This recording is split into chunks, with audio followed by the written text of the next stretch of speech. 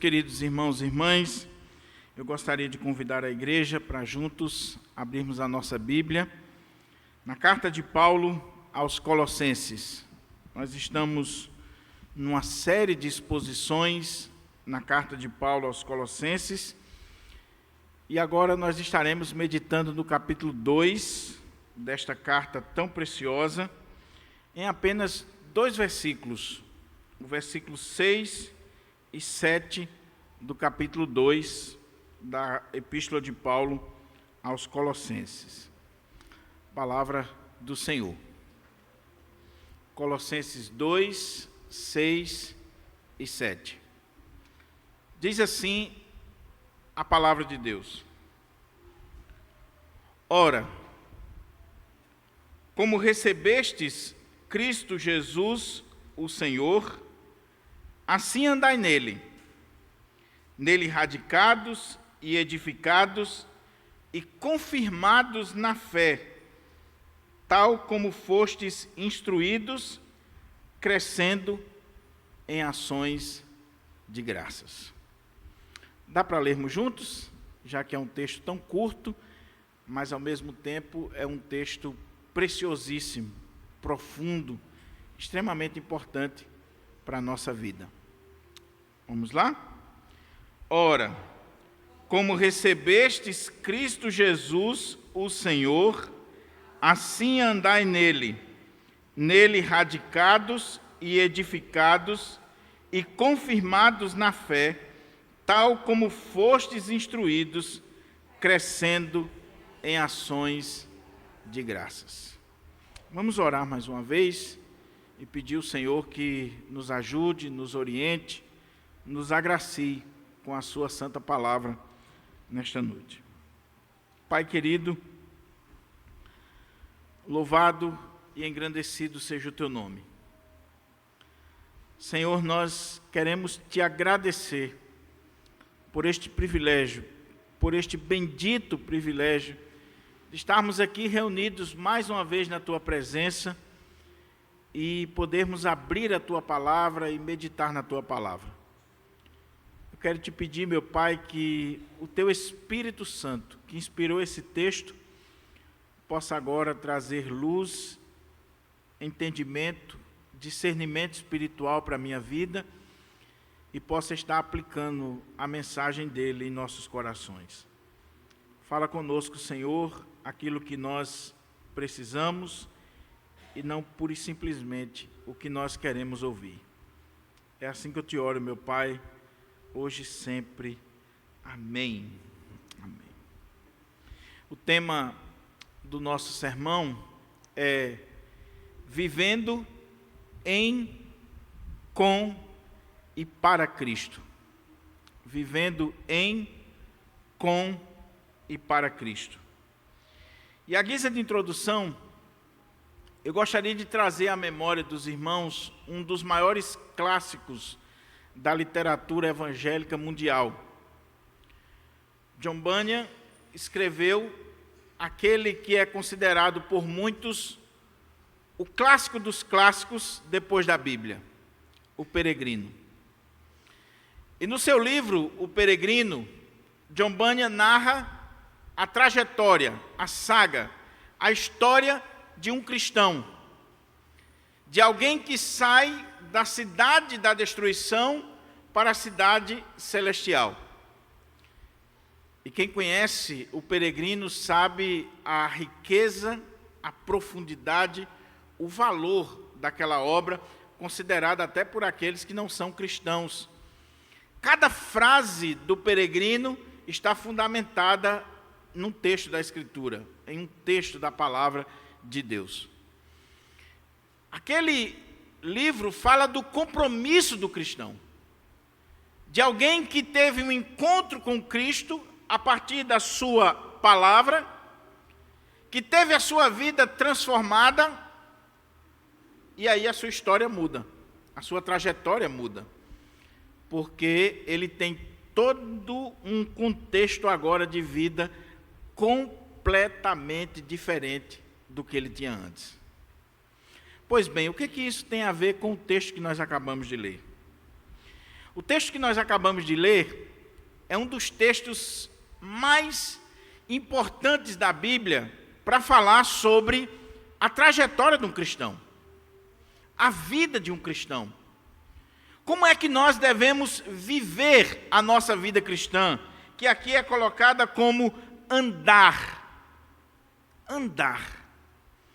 Paulo gosta de usar essa expressão. Se você olha, por exemplo, na carta aos Efésios, você vai ver que aquela carta está dominada por essa expressão, andar em Cristo, andar em novidade de vida, andar de maneira diferente a partir do momento que nós tivemos um encontro com o nosso Senhor e Salvador Jesus Cristo.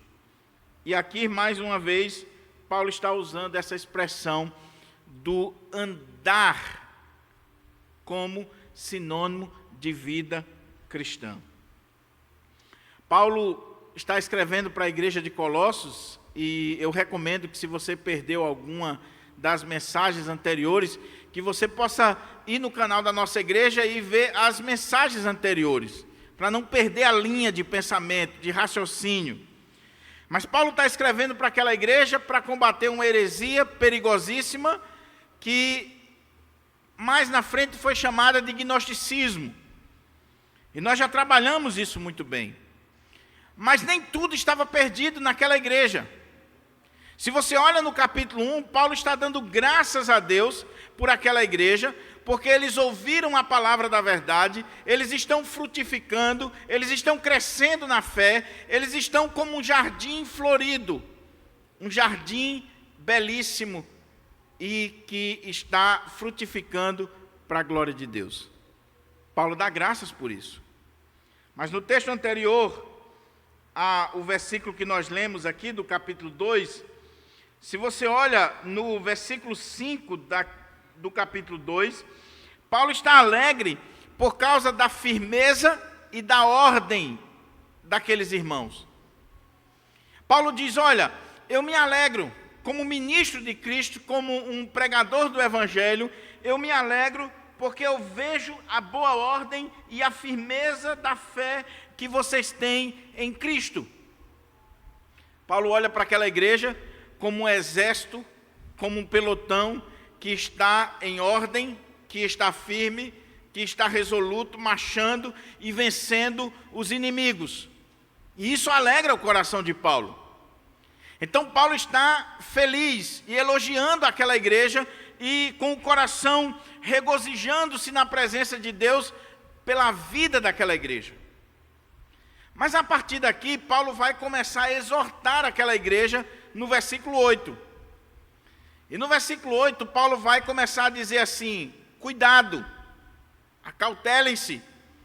E ele vai chamar a atenção para os falsos ensinos, para os falsos mestres. Ele vai dizer que aquela igreja precisa ter cuidado com o gnosticismo, com o legalismo, com o misticismo, com o ascetismo, com práticas que iam de encontro à palavra de Deus. Mas antes de exortar aquela igreja, Paulo traz uma palavra pastoral para aquele rebanho. E qual é a palavra pastoral que Paulo traz para aquele rebanho? É que Paulo diz assim: muito embora eu esteja alegre por causa da firmeza de vocês, da fé de vocês, do fato de vocês frutificarem e estarem crescendo para a glória de Deus, eu tenho coisas boas que eu vejo em vocês, que me levam a glorificar ao meu Deus e me alegrar na presença de Deus. Eu quero, apesar disso, dizer o seguinte para vocês: ora, como recebestes Cristo Jesus, o Senhor, assim andai nele, nele radicados e edificados e confirmados na fé, tal como fostes instruídos, crescendo em ações de graças. O que Paulo está fazendo aqui e o que Paulo está nos ensinando? Que por mais que nós estejamos fazendo progresso na fé, por mais que nós estejamos crescendo, frutificando, desenvolvendo, por mais que a igreja esteja firme, resoluta, em ordem, como um exército, por mais que a igreja esteja de vento em popa, Por mais que a igreja esteja caminhando bem e tudo esteja dando certo no contexto da igreja, é preciso que a igreja constantemente seja alertada sobre o seu andar com Cristo, em Cristo e para Cristo. Por isso que ele vai dizer: ora, mesmo que eu esteja feliz com a boa ordem de vocês, com a firmeza de vocês, com o que está acontecendo aí no meio de vocês estarem enfrentando as dificuldades, eu quero trazer uma palavra pastoral para vocês, antes de começar as exortações.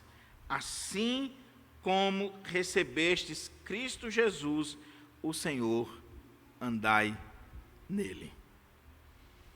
E esse andar aqui, como eu disse, é a caminhada do cristão, é a trajetória do cristão, é a vida, é esse viver diário. Por isso que eu coloquei o tema do sermão: vivendo em, com e para Jesus.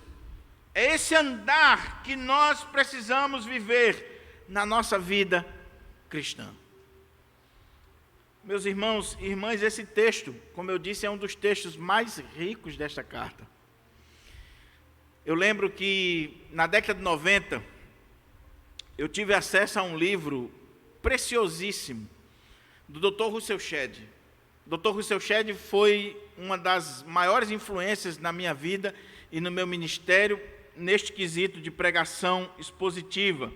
Além dele, pastor Hernandes e tantos outros. Mas na década de 90, quando eu estava começando ainda os estudos expositivos, a entender um pouco essa ideia de um sermão mais expositivo, bíblico, chegou às minhas mãos um livro do Dr. Russell Shedd chamado Andai Nele. E nesse livro, Dr. Russell Shedd, ele pega como texto principal da carta aos Colossenses exatamente essa aqui. E no livro ele expõe a carta aos Colossenses à luz desse texto, quando Paulo diz: ora, assim como recebestes Cristo, o Senhor, andai nele. E aqui está mostrando para nós a riqueza, a profundidade da carta aos Colossenses e daquilo que Paulo tem para nos dizer. Primeira coisa que chama a atenção é que Paulo, quando ele usa aqui essa palavra receber, olha como é que diz o texto: ora, como recebestes Cristo Jesus, o Senhor, assim andai nele. Primeira coisa que chama a atenção aqui é essa palavrinha receber. Porque no texto grego original, a ideia aqui é não pura e simplesmente de você receber Jesus como seu Salvador, você entregar a sua vida a Jesus. A gente diz assim, né? Eu recebi Jesus como meu Salvador no dia tal, no ano tal, no mês tal, no evento assim, assim. E nós usamos essa linguagem no contexto evangélico. Eu recebi a Cristo como meu Salvador. Mas não é nesse sentido que Paulo está falando aqui. A palavra que aparece aqui na língua original traz a ideia de tradição. E ela aparece também em outros contextos das cartas de Paulo, principalmente lá no capítulo 11, quando Paulo fala da Santa Ceia. Lembra do capítulo 11, a partir do verso 23, que todo culto de Santa Ceia a gente repete? Quando Paulo diz: porque eu recebi do Senhor o que também vos entreguei. Que o Senhor Jesus, na noite que foi traído, tomou o pão e, tendo dado graças, o partiu e disse. E aí ele vai instruindo a igreja sobre a Santa Ceia. Ele usa essa mesma palavra, receber. Mas receber aqui é tradicionar, é transmitir uma tradição que está sendo passada de pai para filho. E tradição aqui não no sentido negativo. Crente não gosta muito de tradição. Nós não temos a tradição como fundamento. O que é a tradição? O ensino dos pais, aquilo que foi sendo transmitido ao longo da história. E mais na frente Paulo vai dizer à igreja que tenha cuidado com a tradição dos homens. com as vãs filosofias, os ensinos e as tradições dos homens. Então, Paulo não está falando aqui de uma mera tradição. Paulo está falando aqui que aqueles irmãos, eles receberam, foi trazido para eles, foi tradicionado para eles o que eles receberam. Ora, assim como recebestes Cristo Jesus, o Senhor, assim andai nele. Paulo não está falando aqui de tradição dos homens, Paulo não está falando aqui de mero ensino dos homens, Paulo está dizendo que aquela igreja recebeu, é claro, nesse sentido de ser transmitido, e chegou àquela igreja, recebeu essa mensagem, e não só a mensagem, eles receberam a Cristo como Senhor. E se eles receberam Cristo como Senhor, eles precisam andar nele. Lembra do contexto da carta aos Colossenses?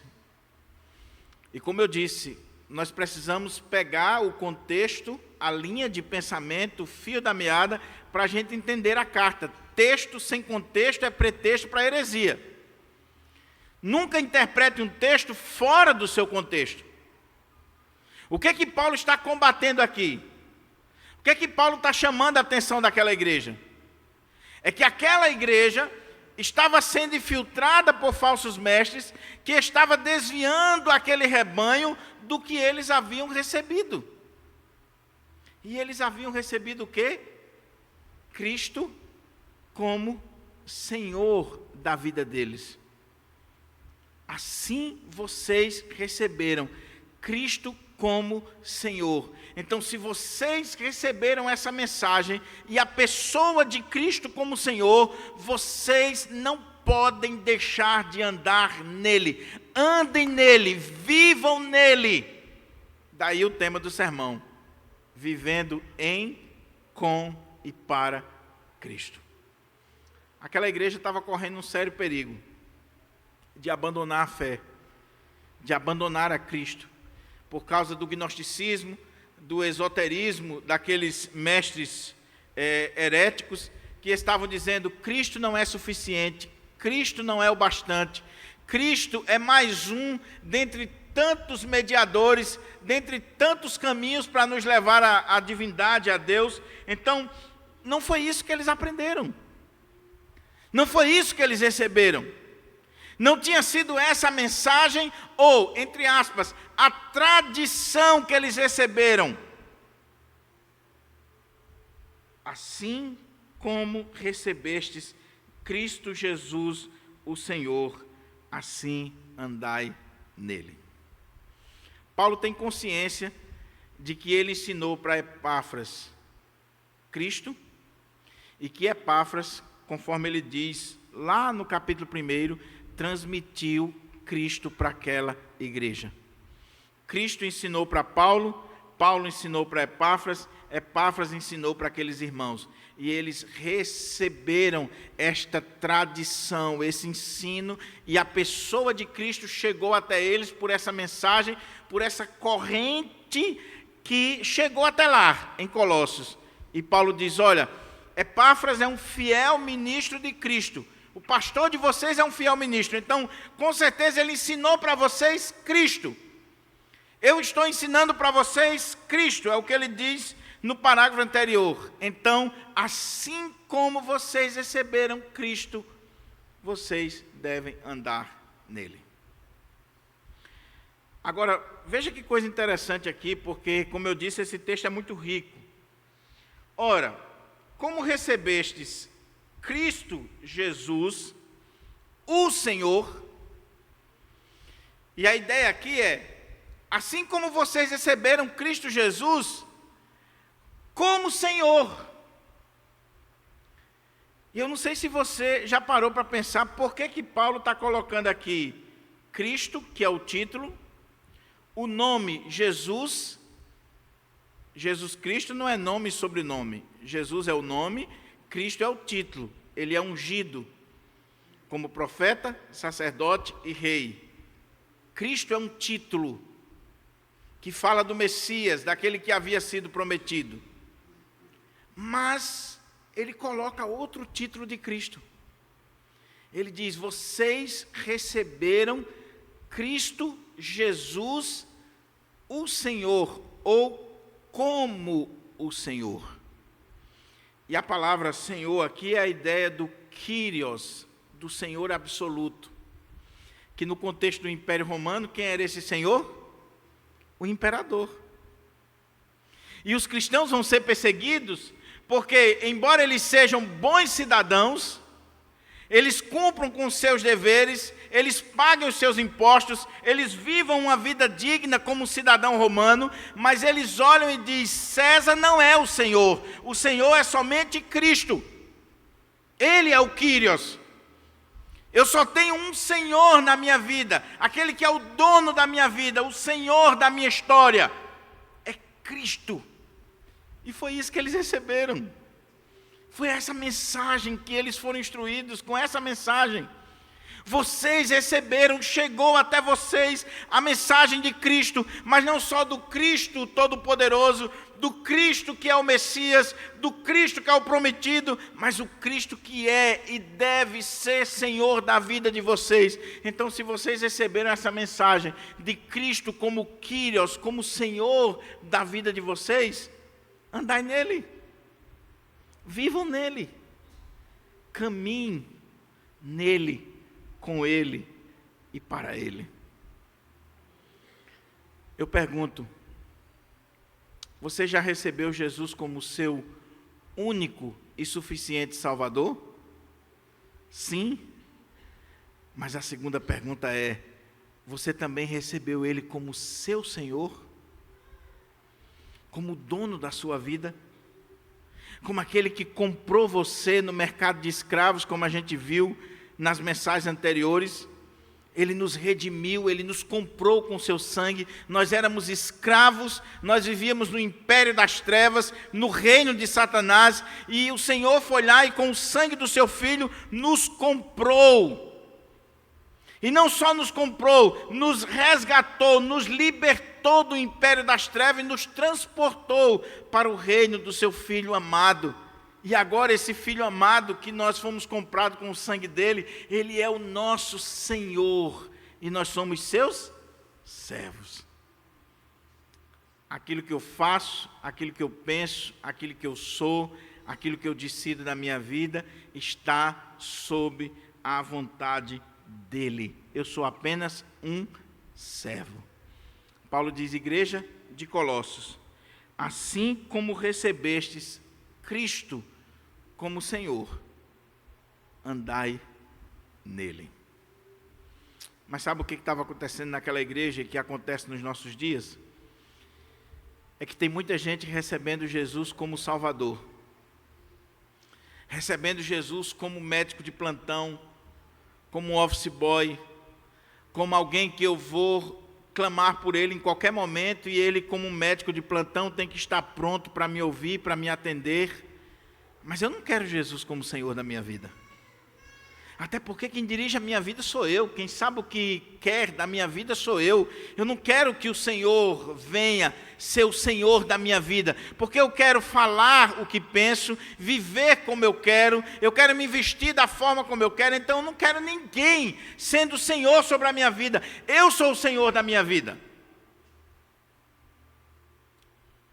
Na igreja de Colossos, muitos irmãos estavam abrindo mão do senhorio de Cristo, abrindo mão do seu relacionamento com Cristo, por causa daqueles conhecimentos secretos, místicos, esotéricos, legalismo, práticas judaicas, abrindo mão do senhorio de Jesus Cristo na vida deles. Aí Paulo diz: ora, como recebestes Cristo Jesus, o Senhor, assim andai nele. Vivam nele. Andem nele, com ele, para ele. Ele é o caminho, a verdade e a vida. E ninguém vai ao Pai senão por Ele.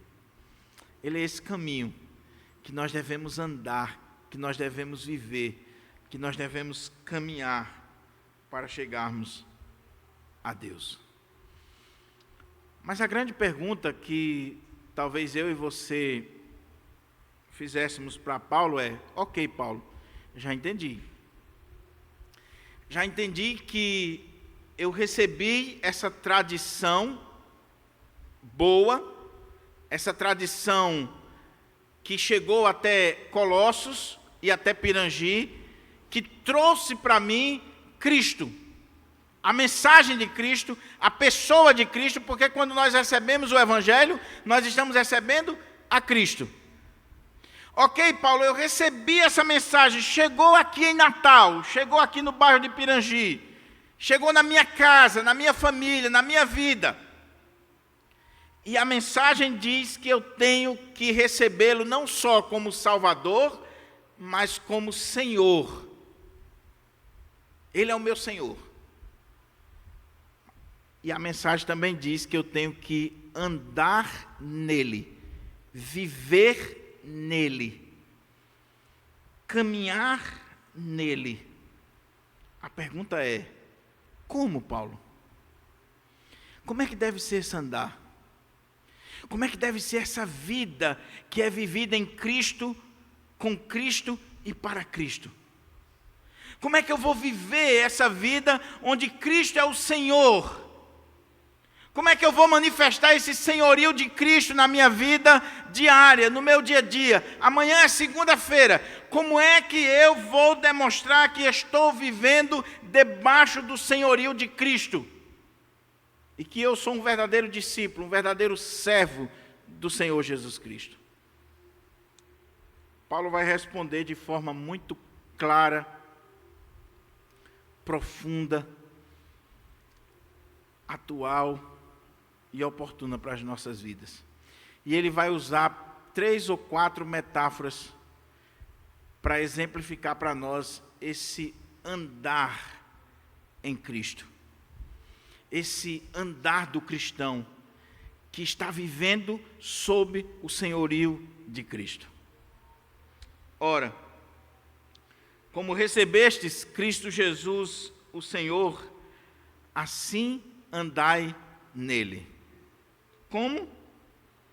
Nele, radicados e edificados e confirmados na fé, tal como fostes instruídos, crescendo em ações de graças.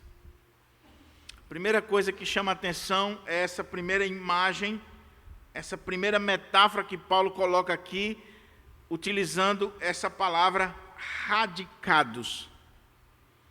Ele diz: assim como recebestes Cristo Jesus, o Senhor, assim andai nele. Nele radicados.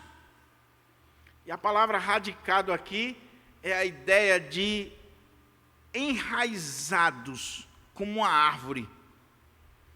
Paulo está dizendo: igreja de Colossos, vocês devem andar no Senhor, com o Senhor, para o Senhor, de forma radicada, firme, como uma árvore que está plantada, enraizada da forma devida e que não interessa as tempestades, as intempéries, os ventos contrários, não interessa o que está ao redor dela, por causa das raízes que são fortes, que são firmes, que estão bem firmadas, ela permanece de pé. Agora veja que imagem Paulo está utilizando. Primeiro, uma árvore não planta a si mesma. Então, se nós somos cristãos, é porque nós fomos plantados por Deus, não porque nós queremos. Ele nos plantou. E nós somos uma árvore que foi plantada pelo Senhor, e que essa árvore ela vai fincando as suas raízes, independente de qualquer circunstâncias. É assim o andar do cristão. É assim que eu e você devemos andar, firmados, enraizados. Você já viu uma árvore? Você já tentou arrancar uma árvore que está bem enraizada? Você já tentou arrancar um pé de árvore e geralmente até se usa um carro, um trator, alguma coisa para puxar o tronco final. Porque a coisa está tão enraizada, a coisa está tão profunda, que não é fácil, não é simples de tirar. Paulo está dizendo, igreja de Colossos, vocês devem andar em Cristo, vocês devem ter Cristo com o Senhor, e vocês devem estar radicados nele. Raízes profundas, raízes que estão buscando os nutrientes, raízes que estão dando sustentabilidade, raízes que estão fazendo com que aquela árvore permaneça viva, raízes que estão ali dando toda a base necessária para a vida daquela árvore. Eu pergunto, a sua vida cristã é assim, meu irmão? Minha irmã? Quando você olha para si, você vê que a cada dia que passa, a cada ano, a cada mês, a cada tempo na sua vida, a sua vida cristã, a sua comunhão com Cristo, o seu relacionamento com Cristo, o senhorio de Cristo na sua vida, é algo que vai fazendo com que você crie mais raízes, que você se fundamente mais, que você seja cada vez mais radicados na presença do Senhor. Que tipo de árvore é você? Que tipo de árvore é você nesse grande contexto aqui que Paulo está colocando da igreja como uma floresta? Que tipo de árvore é você? Alguns na igreja de Colossos estavam sendo aquelas árvores que qualquer ventozinho derruba. Qualquer coisinha tira do tempo, tira do prumo. Paulo está dizendo, igreja de Colossos, vocês devem andar em Jesus, vocês devem viver em Jesus, caminhar com Jesus, nele radicados, enraizados, como uma árvore, para que na hora da tempestade, na hora dos ventos contrários, na hora que vier a heresia, o falso mestre, as provações, as dificuldades, vocês permaneçam firmes como uma árvore que está bem enraizada.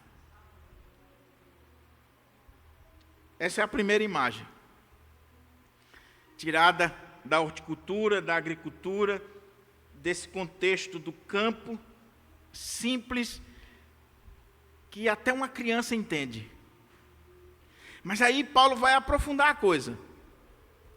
Porque quando ele usa aqui a palavra radicados, no texto grego está naquilo que nós conhecemos no português como pretérito perfeito.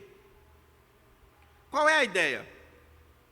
A ideia é que nós somos uma árvore, do ponto de vista bíblico-teológico, que foi plantada por Deus e vai construir raízes, porque ela foi plantada uma única vez para todo sempre. Veja que coisa maravilhosa.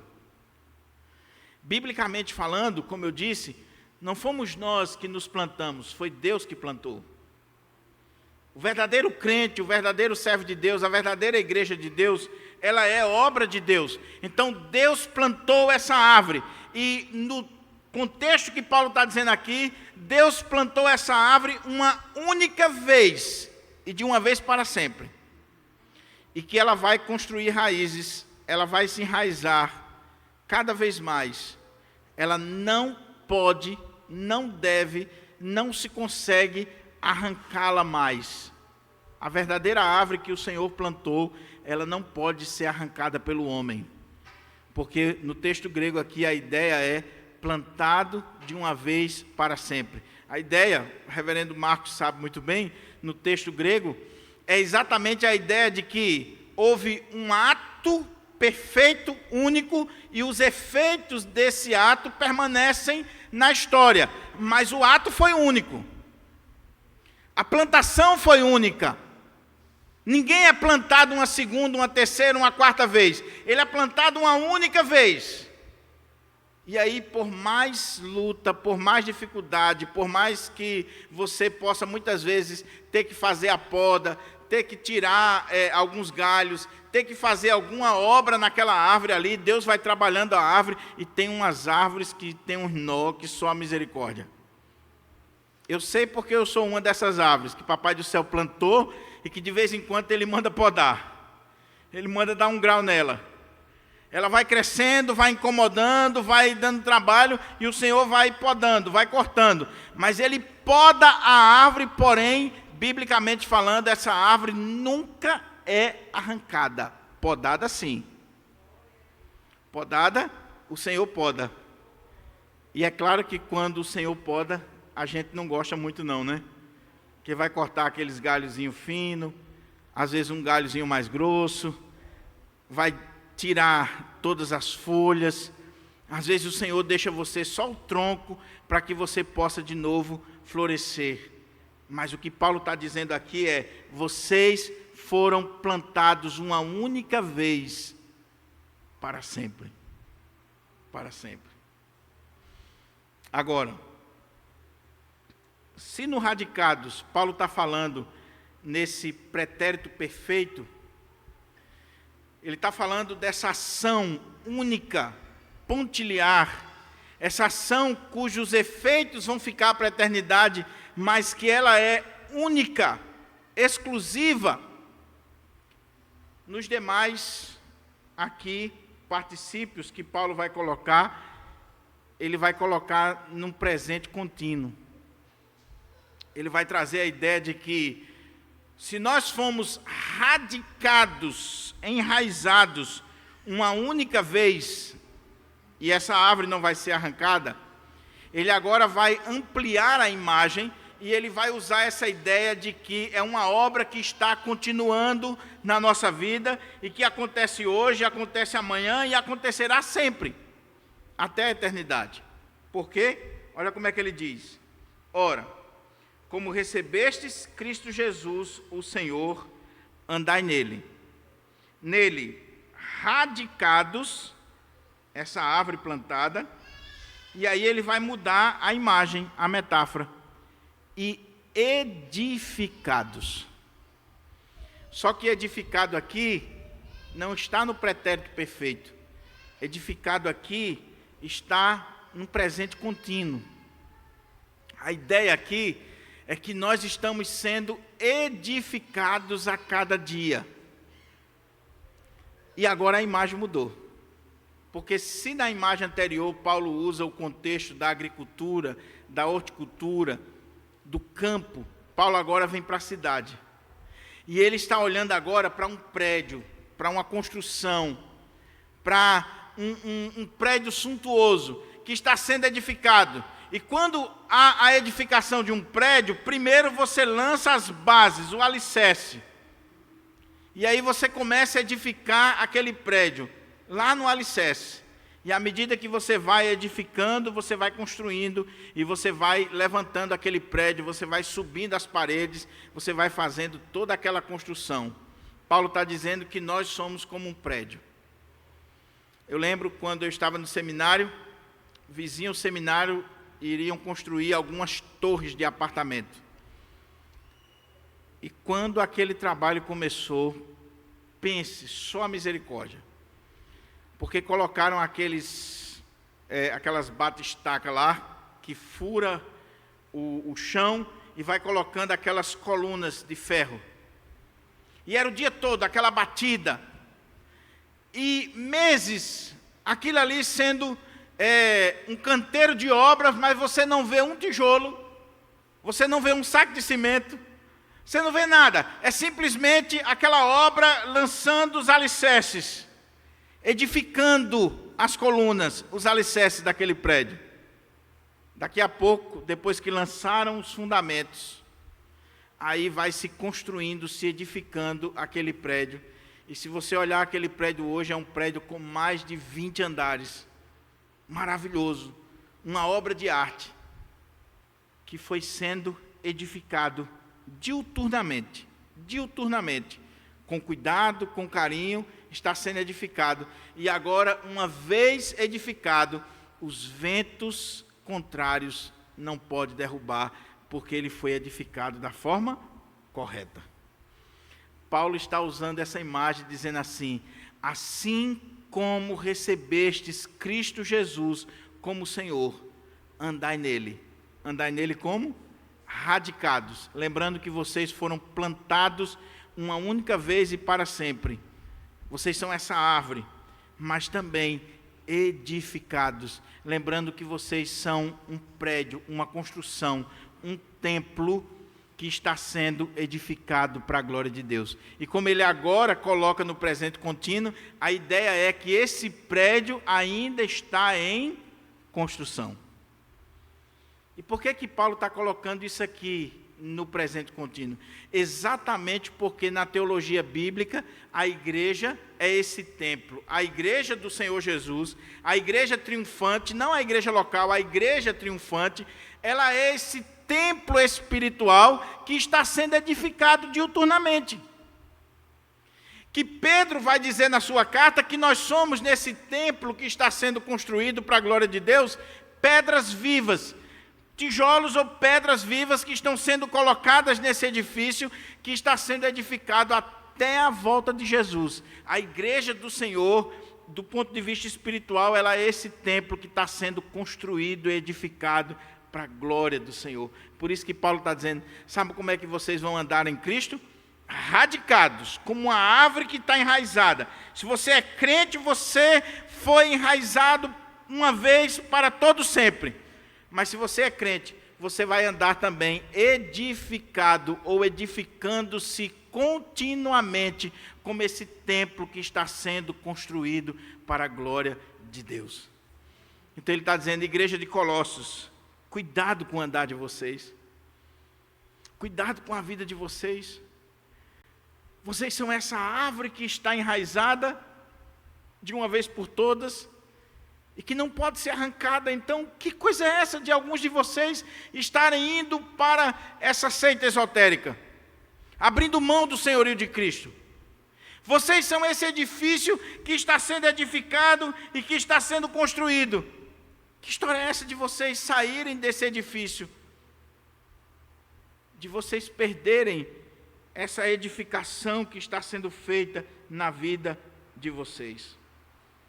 Então, uma imagem da agricultura, uma imagem da edificação da cidade, do contexto da arquitetura e da engenharia. E Paulo vai usar outra imagem. Paulo vai usar agora uma imagem do contexto do direito romano. Paulo usou a imagem do campo, a imagem da cidade, e chegando na cidade ele vai usar uma imagem agora do contexto do campo. Então olha como é que diz o texto do direito. Ora, como recebestes Cristo Jesus o Senhor, assim andai nele. Nele radicados, o campo, edificados, a cidade, e confirmados, o tribunal romano. O que é que Paulo está usando aqui? Confirmado aqui, confirmados na fé, confirmado aqui era do contexto de um contrato que era firmado diante das autoridades romanas. O que Paulo está dizendo aqui? Olha a imagem que ele está usando para a igreja, meu irmão. E quando está falando de igreja aqui, está falando da minha vida e da sua vida. No dia que nós ouvimos o Evangelho, que o Evangelho chegou até nós, essa tradição cristã que chegou até nós, trazendo não só uma mensagem, um conteúdo, mas trazendo a própria pessoa de Jesus, e nós começamos a andar em Jesus, a viver em Jesus, a caminhar com Jesus, nós agimos assim porque nós fomos plantados como uma árvore, porque nós estamos sendo edificados como um edifício que está sendo edificado, mas nós só andamos em Cristo porque nós fomos confirmados na fé, ou seja, porque foi assinado um documento, um contrato que diz que nós devemos andar na fé. Imagine duas pessoas que vão ao cartório e assinam um contrato. Nós vamos cumprir isso aqui. Nós vamos viver isso aqui. Nós vamos moldar a nossa vida à luz deste documento que nós acabamos de assinar. Nós podemos lembrar aqui, por exemplo, de um contrato de casamento. Que você chega diante da autoridade civil, religiosa, e você jura diante daquela comunidade, da autoridade que está ali à sua frente, você jura que vai ser fiel àquela pessoa, que vai caminhar com ela, que vai dedicar a sua vida para ela, até que a morte separe.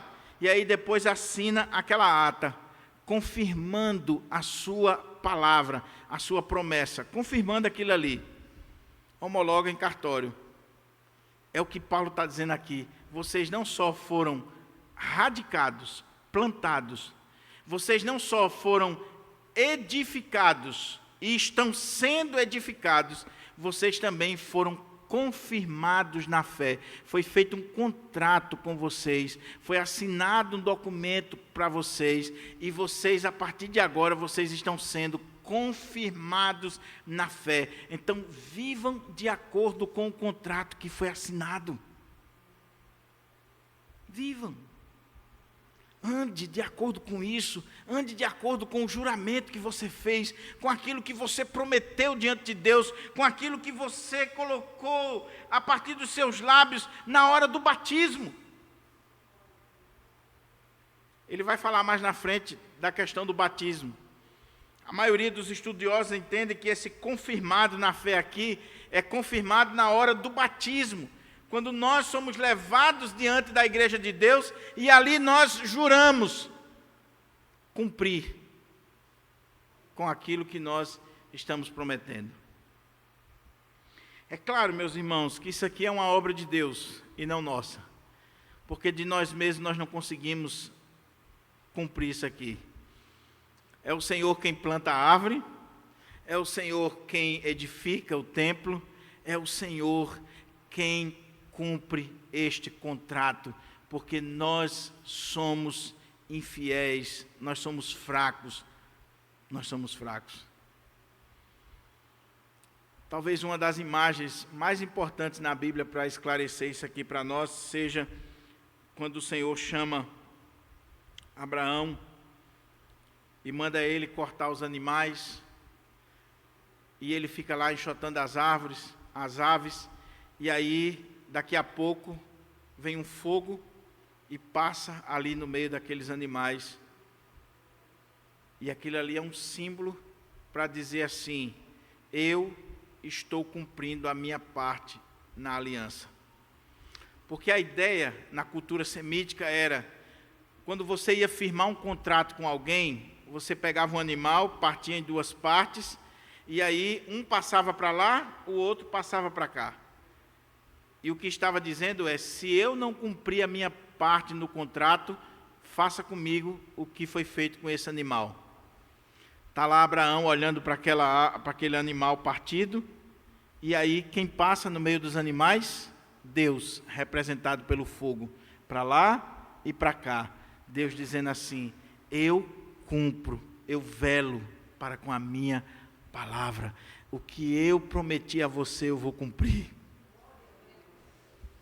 Paulo está dizendo: meus irmãos, igreja de Colossos, andai no Senhor Jesus, vivam no Senhor Jesus, como esta árvore que está bem enraizada, como este templo que está sendo edificado, mas vivam no Senhor Jesus, confirmados na fé, vivam no Senhor Jesus, de acordo com esse contrato, com esse documento, com isso que vocês firmaram diante do Senhor, vivam na firmeza da fé, conforme vocês foram instruídos.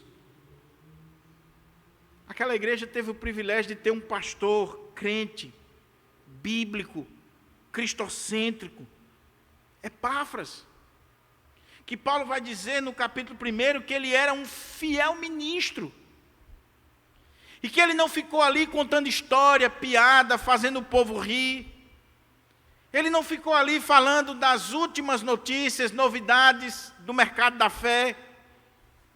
Epáfras chegou ali em Colossos e, de acordo com o texto, ele transmitiu para aquelas pessoas o que ele recebeu. O que ele tinha recebido?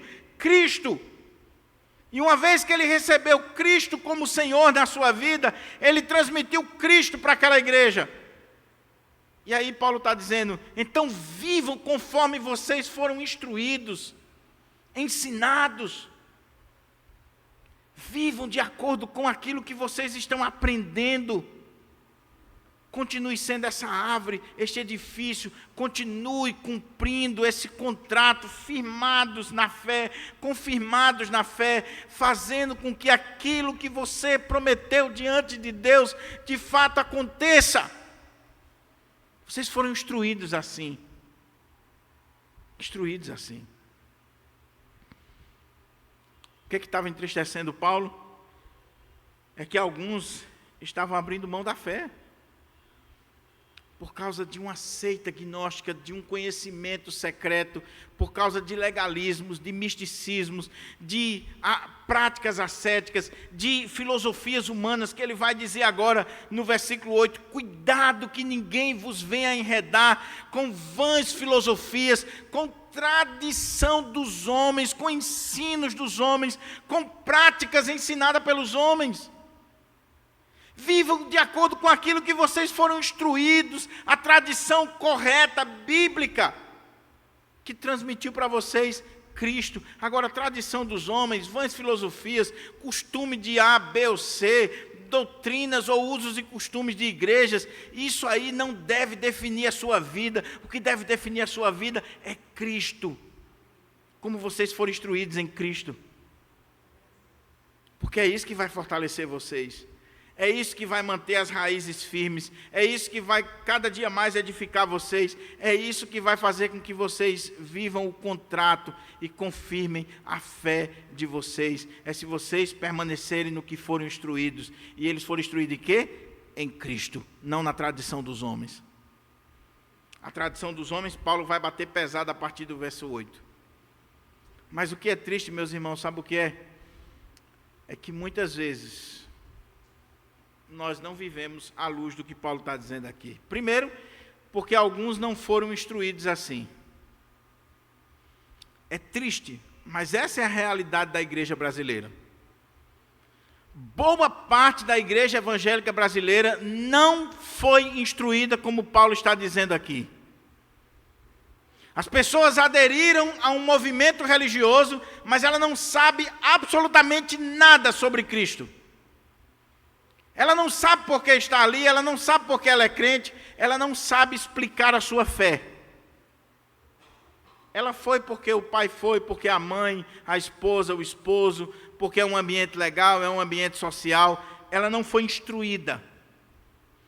E ela não está sendo instruída porque a grande maioria dos pastores também não estão preocupados com isso. Estão preocupados com números. E preocupado com números, eles não pregam Cristo, eles pregam a última novidade para agradar você, para fazer cócegas nos seus ouvidos. Porque as pessoas querem ouvir tudo, menos sobre Jesus como Senhor. Nós vivemos uma geração onde nós somos donos de nós mesmos, senhores de nós mesmos, onde nós queremos ser satisfeitos nos nossos desejos, nós não queremos Senhor sobre a nossa vida, coisa nenhuma. Eu estava vendo uma palestra ontem sobre o fim da Idade Média para a Idade Mídia. Achei interessantíssima essa palestra. Do marketing, falando sobre o contexto que nós vivemos hoje, de mídia, de redes sociais, de toda essa tecnologia, esse avanço, e que está tornando eu e você cada vez mais individualistas. O contexto que nós vivemos hoje é totalmente diferente do que os nossos pais viveram. A cultura pós-moderna, essa cultura da mídia, midiática, ela está preocupada em você. E cada vez mais ela está nos individualizando. Eu fiquei assustado com algumas coisas que aquele cara falou. Por exemplo, há pouco tempo atrás você ia no supermercado, e alguns vão lembrar muito bem, você vai no supermercado e tem 100 marcas de shampoo. Ou então você vai numa loja comprar um tênis e você tem alguns modelos de tênis. Nessa cultura individualista pós-moderna, sabe o que está acontecendo hoje? Sabe qual é a febre na Europa, nos Estados Unidos e que já está chegando no nosso país? A mídia, o marketing, ele sabe tanto que cada vez mais nós estamos ficando individualistas e eles estão nos mimando, que hoje você não compra um tênis na prateleira.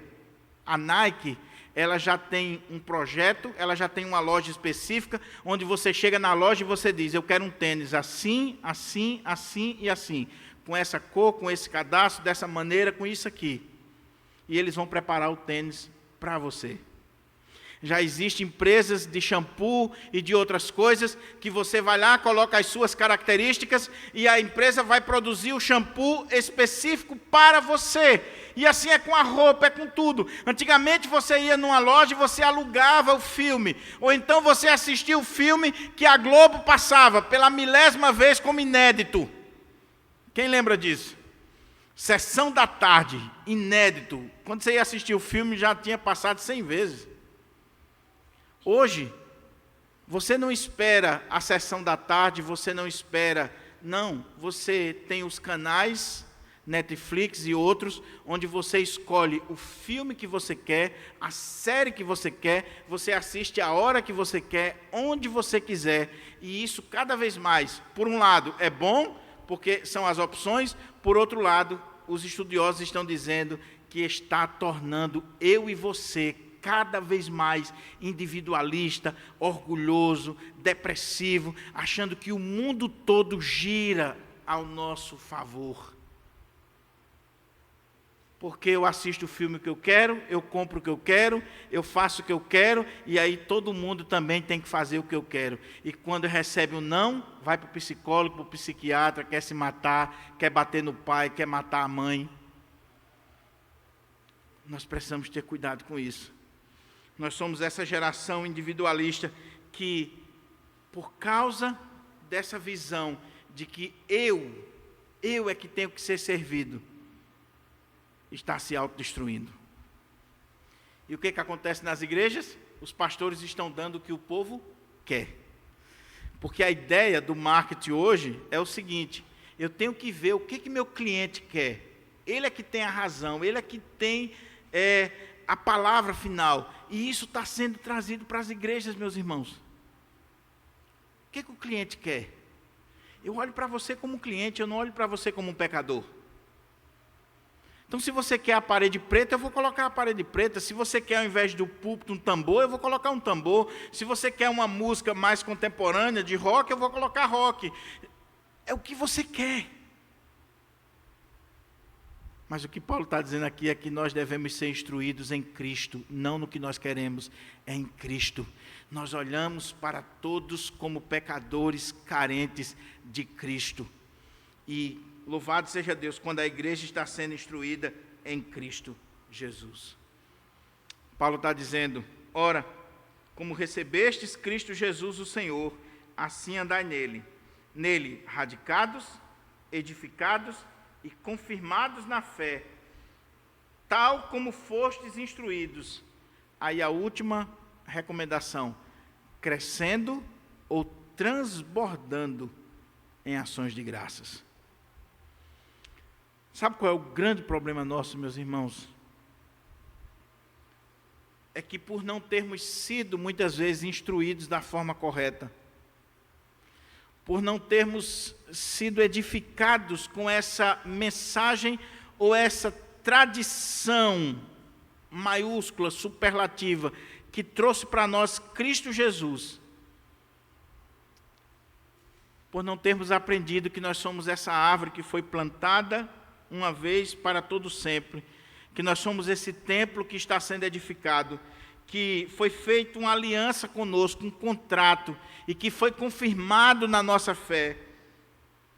Por causa disso, por não termos esse entendimento, nós muitas vezes somos ingratos. Porque quando a gente olha para o que Paulo falou aqui anteriormente no capítulo 1, primeiro, quem é a pessoa de Cristo? Nele estão escondidos todos os tesouros da sabedoria e do conhecimento humano. Se você aprende isso, a sua vida é diferente. Que Ele é Senhor sobre a criação, sobre a igreja, que Ele criou todas as coisas. A sua visão de Cristo muda. E você diz assim: esse Cristo é o meu Senhor, é o meu Salvador, é o meu Deus. Mas não só isso.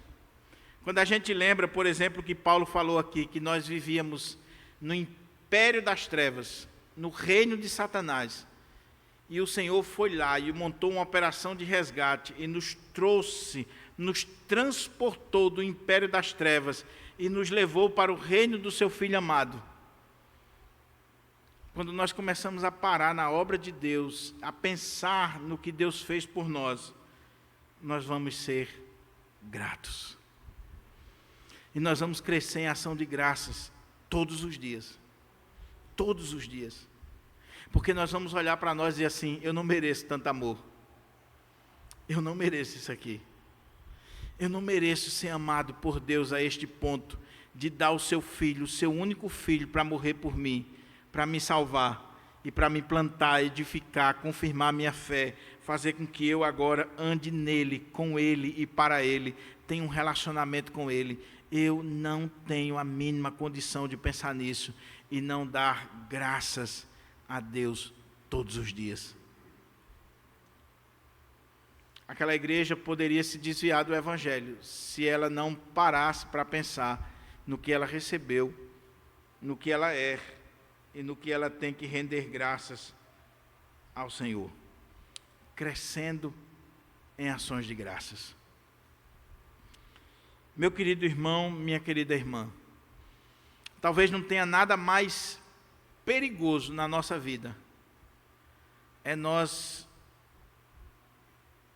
por causa da falta de instrução, ou de esquecermos dos ensinos que recebemos dos nossos pais, dos nossos líderes, nós cairmos no campo da ingratidão. Você não agradecer mais a Deus. Você já pensou que privilégio nós temos de estarmos aqui hoje à noite, com liberdade, em um ambiente como esse, com a palavra de Deus aberta, sendo exposta para nós? Quantos no mundo não têm esse privilégio? Você já parou para pensar onde você poderia estar agora, se o Senhor não tivesse feito uma obra na sua vida, aberto seus olhos, salvado você? Talvez nem vivo você estaria mais. Então, em nome de Jesus, independente de qualquer coisa, seja grato. Cresça em ação de graças. Cresça. Alguém já disse que até um cão é precioso quando ele é grato. Um cachorro, um cão. Você tira um osso da boca de um cachorro quando ele está engasgado, ele fica balançando o rabinho, ele fica perto de você, ele agradece. Uma simples ação que você fez. Uma simples ação.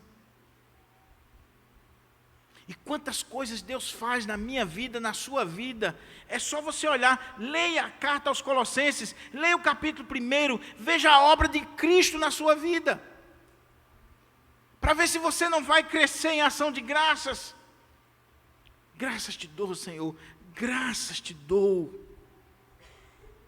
porque o Senhor fez com que essa palavra, esse evangelho, essa tradição, essa boa tradição, não é tradição dos homens, é o evangelho do Senhor, chegou até mim, chegou até mim, chegou aqui. Eu gosto de contar uma história que eu ouvi há muito tempo atrás. Na verdade, eu li num livro cujo tema é Conhecer Jesus é Tudo, de Alejandro Bulhon. Alejandro Bulhon conta uma história que me emocionou muito, há muitos anos atrás, e que de vez em quando eu lembro dela. Ele diz que essa história se passou num seminário adventista aqui no Brasil. seminário adventista tem seminaristas homens e mulheres. E aí, na abertura de um semestre novo, estava chegando os alunos, os calouros. E estava lá um seminarista já veterano, olhando os calouros e as calouras chegarem. E ele viu uma moça linda, lindíssima. Ele botou o olho na menina e disse: essa é de Deus para mim. Essa é a minha. O colega que estava do lado disse: você é louco, rapaz, tu um cara feio desse. Essa menina linda, como ela vai querer tu nunca, rapaz? Se toca, pelo amor. Pensa num amigo, não é não? Você está maluco, tira isso da sua cabeça, essa menina nunca vai querer você. Ele disse: eu senti algo diferente, e é ela. Só que não foi só ele que sentiu, não. Metade do seminário também sentiu. A menina era muito bonita. E aí o cara mais bonito do seminário, saradão, chegou, falou com ela, ela disse: não vim aqui para namorar, eu vim aqui para estudar, não quero namoro e tal. Deu um fora no cara, que o cara saiu desesperado. Aí o amigão disse assim: tá vendo, fulano? Cicrano, que é o cara tido aí como o mais bonito, sarado, levou um fora, imagine tu não tenta não, bicho. Segundo eu estou sabendo, ela já deu um fora aí nos 5. Ele disse: mas eu vou tentar, é a minha vez. Chegou para a menina e disse: estou apaixonado por você, quero namorar com você e tal e tal. A menina disse: não. E ela foi radical com ele e deu uma cipuada segura, que ele saiu desesperado, chorando. Estava lá no quarto chorando. O colega chegou, ou amigo miserável, chegou e disse: eu não disse a você. Você tem que se tocar, cara. Não, olha, eu avisei, eu não queria que isso acontecesse. Nunca mais faça isso. Ele disse: eu não desisti, não. Eu vou orar e eu vou colocar diante de Deus. Ela é a pessoa de Deus para a minha vida. Foram passando os dias. Chegou o final do ano. Os alunos saíram de férias. Quando foi em fevereiro que voltaram, todo mundo voltou e aquela moça não. Os outros seminaristas nem ligaram. Já tinham levado fora mesmo, não tinham intimidade com a menina era chata, era isso, era aquilo. Mas aquele rapaz que apaixonou-se por ela, ligou. E foi para o diretor e disse: o que aconteceu com fulana? E o diretor disse: fulana não conseguiu pagar as mensalidades e ela não voltou, porque ela está com dívida no seminário. Os seminaristas adventistas, eles têm que ser comportores para pagar o seminário. E aquele rapazinho que era feinho, era trabalhador, honesto, tudo em dia, trabalhava direitinho. Ele disse assim: eu quero pagar as mensalidades dela. Eu vou sair para passar 6 meses fora, comportando, vendendo livros, e vou pagar o curso dela, e não quero que ela saiba. Mas eu não posso ver aquela menina sem terminar o seminário. O diretor disse: você não pode fazer isso. Ele disse: o dinheiro é meu, a vida é minha, eu faço o que eu quero. Resumindo a história, aquele rapaz saiu do seminário, foi vender Bíblia, livros, para pagar o curso daquela jovem. Ela voltou para o seminário, estudou, depois ele voltou, e aí, já perto de terminar o curso, aquele rapaz ganhou coragem e foi conversar com ela mais uma vez, insistente. E quando ele chegou para ela e abriu o coração de novo, ela disse que não queria ele, que não amava ele, e feriu mais uma vez o coração daquele jovem. Ele saiu chorando, o amigo dele chegou para ela e disse: você não tem o direito de feri-lo. Você pode até não querer ele, mas você não tem o direito de ferir o meu amigo. E eu quero dizer para você, que não sabe, ele pagou o seu curso quando você não pôde pagar. Ele saiu daqui e passou 6 meses fora do seminário, atrasou o curso dele para poder pagar o seu curso. Então você pode até não querer namorar com ele, agora você não tem o direito de feri-lo. E foi embora. Passou uns dias, o feiosozinho estava todo animado, chegou para um amigo e disse: estou namorando. E o cara disse: namorando? Namorando. Com quem você está namorando? Com aquela menina. Ele disse, você está maluco? Não tem a mínima condição. Ele disse, estou namorando com ela. E aí um amigo miserável foi atrás dela. E disse, você não pode jamais fazer isso. Você jamais deveria começar um namoro com ele. Você só está namorando com ele porque eu disse que ele pagou o seu curso. Então você não ama. Você não deve namorar com ele. Se fosse eu tinha dado um murro nesse cara. Na hora que o coitado consegue. Aí aquela moça disse uma coisa que é exatamente o que nós devemos pensar. Ela disse assim, de fato, você poderia ter razão, mas eu queria dizer uma coisa para você. Sabe por que eu estou namorando com ele? Porque como eu não poderia amar alguém que me ama tanto? Como eu não poderia amar alguém que me ama tanto?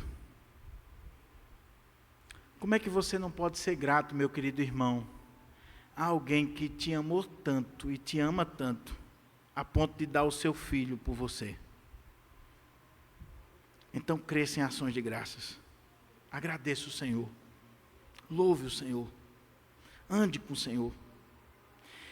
Em nenhum momento Paulo está falando aqui de regra de homem, de costume de igreja, de usos e costumes de denominações. Não, meu amado. Paulo vai ser contra isso aqui no restante do capítulo. O legalismo, o ceticismo, as regrinhas de homem, não pode isso, não pode aquilo, não toque nisso, não toque aquilo, não coma isso, não coma aquilo, não faça assim, não faça. Não, toda essa regrinha que muitas vezes a religião cria, que os pastores criam. Por exemplo, as irmãs não podem usar joia, mas no paletó do pastor tem um botozinho de ouro, anel de formatura de ouro, paletó de marca. Todas essas regrinhas legalistas que escravizam, sobretudo as mulheres, nas igrejas, são costumes de homens. Não é esse andar que Paulo está dizendo aqui. O que Paulo está falando aqui, e ele está simplesmente ampliando o que ele já disse no capítulo 1, que nós devemos andar de forma digna para o inteiro agrado do Senhor. É você, uma vez que você é grato a Deus pelo que Ele fez por você, você diz assim, eu vou viver uma vida para agradar Ele, para honrar Ele. Porque como eu não poderia amar alguém que me amou tanto? O verdadeiro filho que honra o pai, que honra a mãe, ele vai procurar viver para agradar o seu pai e a sua mãe. E ele é grato pelo que seu pai e a sua mãe faz por ele.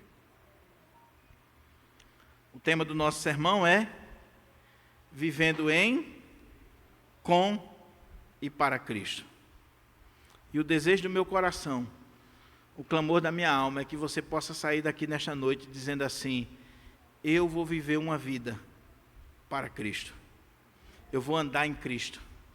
Eu vou cada vez mais estar radicado, edificado, confirmado na fé e crescendo em ações de graças para a glória do Senhor.